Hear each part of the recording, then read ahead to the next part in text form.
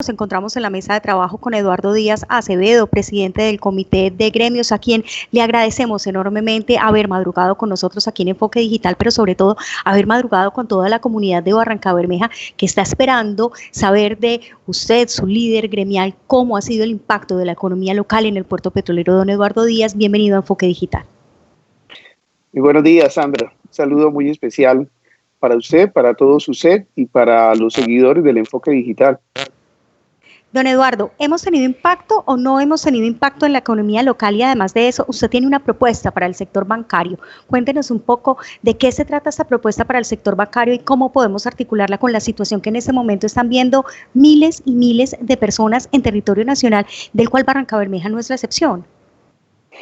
Bueno, en primer lugar decir que sí, claro, que tiene que haber un impacto. Este confinamiento, esta cuarentena, cuando todo el comercio y todo el empresario, todas las empresas no solamente de Barrancabermeja, sino del país, están prácticamente cerradas en un 90%, pues obviamente el impacto va a ser muy fuerte.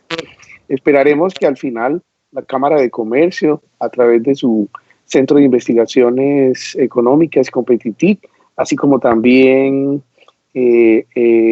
las entidades económicas del nivel nacional, el DANE, nos den cifras, podamos saber cuál fue en términos de porcentajes y de cifras el gran impacto que causó y que va a seguir causando este tema del COVID-19. Usted se refería a una propuesta que yo hice para el sistema bancario. Pienso que primero que todo, Julia, habría que hacer un poquito de historia de qué es el 4 por mil. Prácticamente yo decía que así como en el año de 1998 los colombianos y los empresarios de Colombia, todos los colombianos habíamos aportado al sistema financiero mediante un impuesto que nos fue impuesto por el gobierno nacional, ayuda para salvar y para solventar la crisis financiera de ese momento, pues era el momento en que nos devolvieran también a los empresarios y a los colombianos todos esa mano que nosotros les dimos en ese entonces. Sí que por lo menos se disminuyeran las tasas de los créditos actuales y también de los créditos nuevos. Más o menos por ahí fue mi propuesta, pero decía que había que hacer un poquito de historia, Julia, porque es que ese es un tema que tiene mucho de largo y de ancho para entender un poquito qué fue lo que pasó. Mire, hacia finales de 1996 y 97, el sistema financiero en Colombia entró en una crisis de solvencia. Es por eso que el gobierno nacional, mediante el decreto 3331 del 98, decide que todos los colombianos debemos pagar un 1% por toda transacción financiera. Ese 1% que en principio iba destinado a todos los bancos, la Corte Constitucional sentenció que no podía entregarse a la banca privada y solamente fue entregada en un 10% a la banca pública, un 30% fue a las entidades cooperativas financieras o a las cooperativas financieras y un 60% para aliviar los deudores del UPAC. Entonces dirían, pero venga, el banco privado, ¿cómo hizo? Pues el banco privado aportó se solventó en un 20% con recursos de sus dueños y en un 80% con créditos de fin. Entonces dirán, pero bueno, ¿en qué momento los colombianos le dimos y era para la banca pública? No, mire, el sistema financiero es uno solo, es un sistema precisamente, y si se ayudaba a la banca pública y si se ayudaron con créditos a la banca privada de Fogafín, 80% de su deuda y de sus préstamos, pues obviamente el sistema se nivelaba y salió adelante. Entonces lo que decimos es, si en un momento los colombianos le dimos el aporte a la banca para que se solventara, para que esa liquidez que tenía se aliviara, pues ahora lo que esperamos mínimo nosotros los colombianos es que la banca pues también nos ayude, hoy por ti, mañana por mí, y que los créditos actuales y que los créditos nuevos sean disminuidos muy por debajo de la tasa de usura que está autorizada por el Banco de la República. Eso era lo que le iba a preguntar. ¿Cómo puede entonces, cuál es esta manera técnica de devolvernos la banca todas estas ayudas que nosotros le dimos en su momento? Porque lo que estamos viendo es que el sector bancario, los, entre comillas, alivios que está dando es prorrogar la deuda, ¿sí? Entonces, no me pagues ahora, págame después, pero con los intereses siguen corriendo, entonces al aumentar el número de cuotas, porque se da un plazo perentorio, ese número de cuotas se suman al final y usted finalmente termina pagando lo mismo, es decir, no hay ningún alivio. ¿Cómo puede entonces la banca devolvernos a los usuarios del sector bancario esos aportes que en su momento le hicimos para poder ayudarla?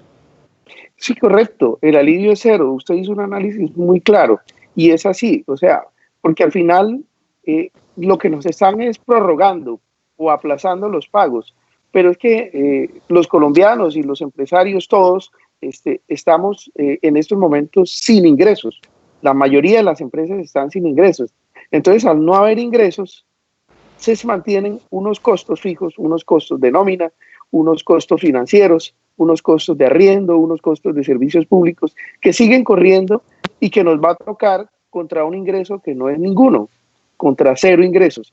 Entonces, pues la propuesta es, venga, pues nadie le regala nada a nadie, nadie regala nada a nadie, y mucho menos los bancos, ¿no? Y mucho menos los bancos, pero entonces, ¿por qué no podemos aliviar los créditos? Bajando las tasas de interés para los créditos actuales, los que en estos momentos muchos colombianos tenemos, pero también para los créditos nuevos, por lo menos hasta diciembre del 2020, cuando podría existir, eso todavía no está claro, una vacuna para esta situación de pandemia y cuando podría normalizarse el mundo, la economía del mundo.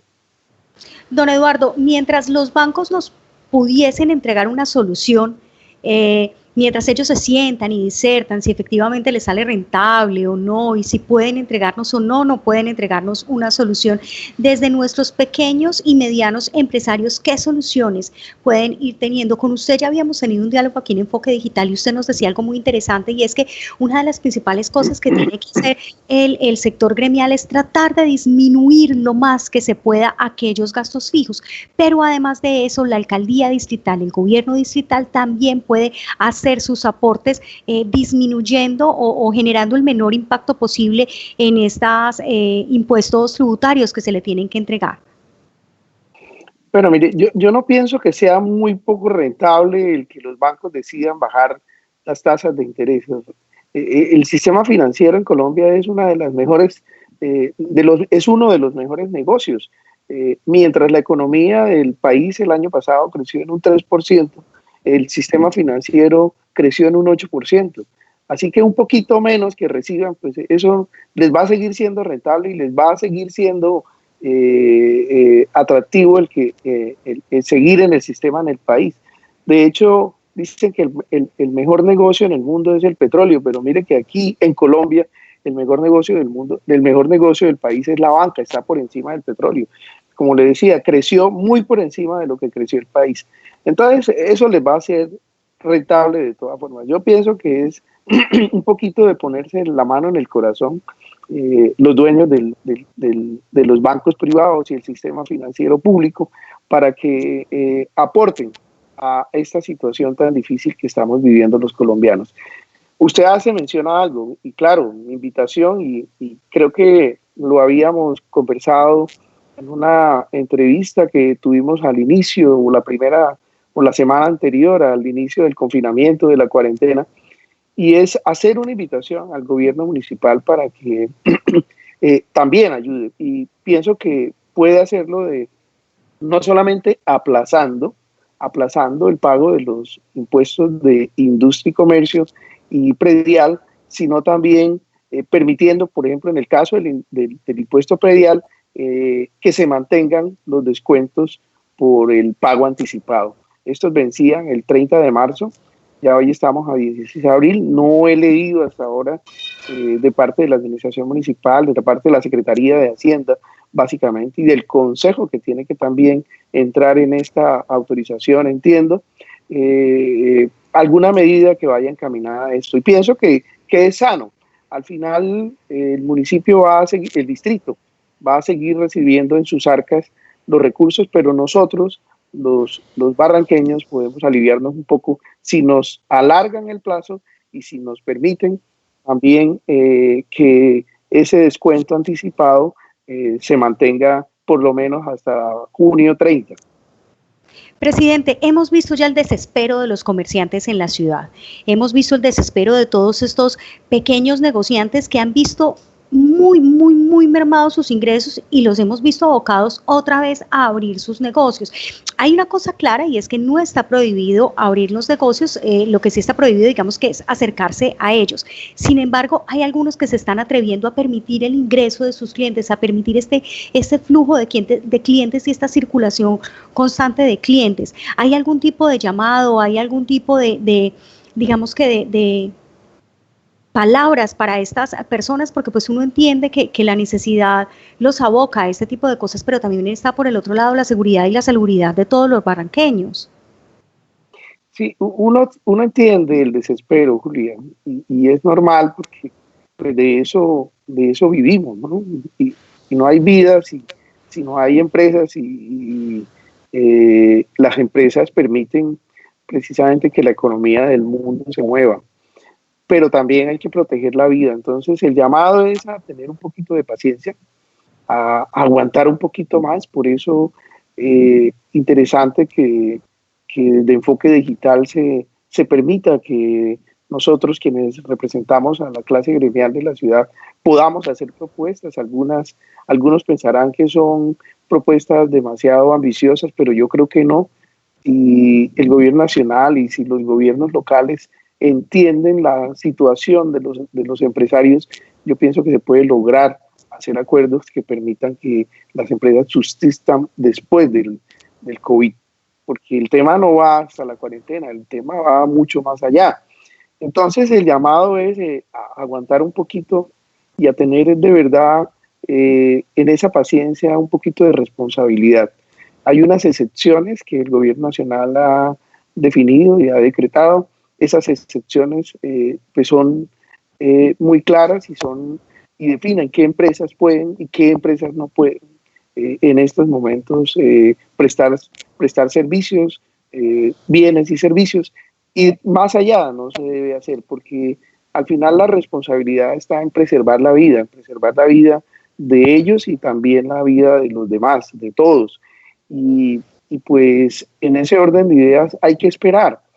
Esta semana que empieza es una semana clave, es la que los epidemiólogos que a nivel nacional están analizando lo que han llamado la curva de comportamiento de la pandemia, podrán decir qué en verdad pasará y si el 27 volvemos o no volvemos al 100% en nuestras actividades. Entiendo que el gobierno nacional la semana pasada dictó unos parámetros, que todavía no están claramente definidos, donde dice que va a haber tres actividades económicas que van a estar al 100%, entre ellas la construcción, que es la que mueve al país.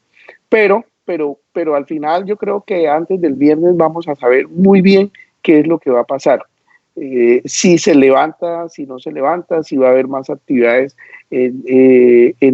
a diferentes a las tres que se definieron. Y por eso, pues ya esperamos lo más, esperemos lo menos. Ya ha pasado prácticamente un mes de la cuarentena. Ya va a ser una verdadera cuarentena, ya vamos a cumplir 40 días la semana entrante.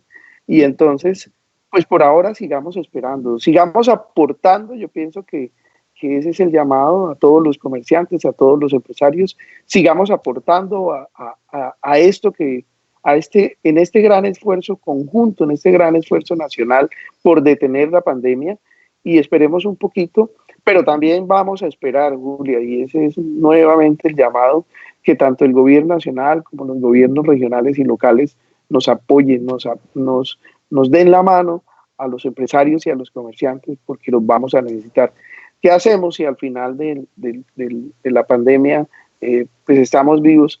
Pues tenemos que también permitir que la economía vuelva a salir. Y no estoy hablando de dinero, estoy hablando de economía, que son dos conceptos totalmente diferentes. La economía del mundo tiene que volver a funcionar para que precisamente se mantenga el trabajo, se mantenga el esquema de vida que hasta ahora hemos llevado, algunos con muchas dificultades, otros con menos, pero al final es el ejercicio que hemos aprendido durante la historia del mundo, la historia de la humanidad, a subsistir, a persistir y a poder de alguna forma enfrentarnos a los retos que cada día nos da pues, el mundo y el sistema en el que vivimos.